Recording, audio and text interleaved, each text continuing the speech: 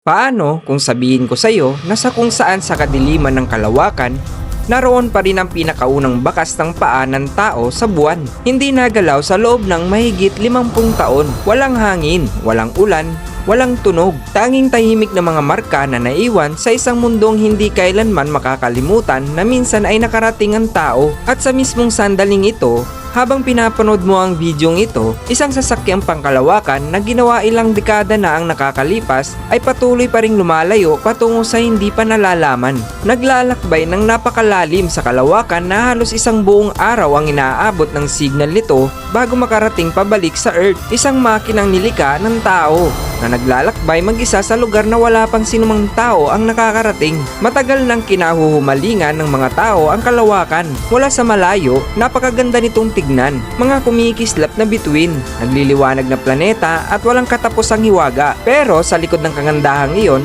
ay may mas nakakabahalang katotohanan. Ang kalawakan ay malamig. Ang kalawakan ay tahimik at minsan ipinapakita nito ang mga bagay na hanggang ngayon ay hindi pa rin natin lubos maipaliwanag. Bago tayo magsimula, siguraduhin mong i-like ang video na ito, mag-subscribe sa channel at i-on ang notifications. Dahil ngayong gabi ay sisisirin natin ang ilan sa mga pinaka nakakamanghang hiwaga ng kalawakan.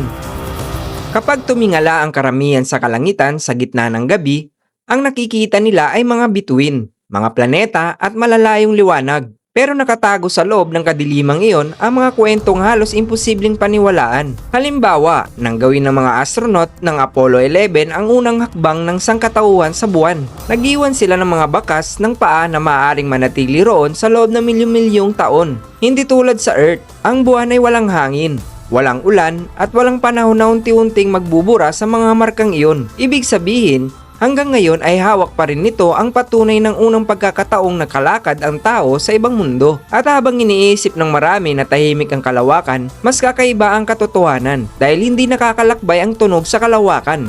Walang naririnig ang mga astronaut sa labas ng spacecraft. Pero sa loob nito, ang mga vibration ay kayang dumaan sa metal na dingding kaya nakakarinig sila ng mga kakaibang katok, ugong at tunog ng makina. Maging ang mga electromagnetic signal mula sa malalim na kalawakan ay ginawang tunog ng mga scientifico na lumilika ng mga nakakakilabot na mga audio recording na nagpaparamdam na ang universo ay mas buhay kaysa sa inaakala natin. Sa ibabaw ng Earth, ang International Space Station ay umiikot sa planeta sa bilis na halos 28,000 kilometers kada oras. Dahilan para maging isa ito sa pinakamaliwanag na bagay na makikita sa kalangitan sa gabi.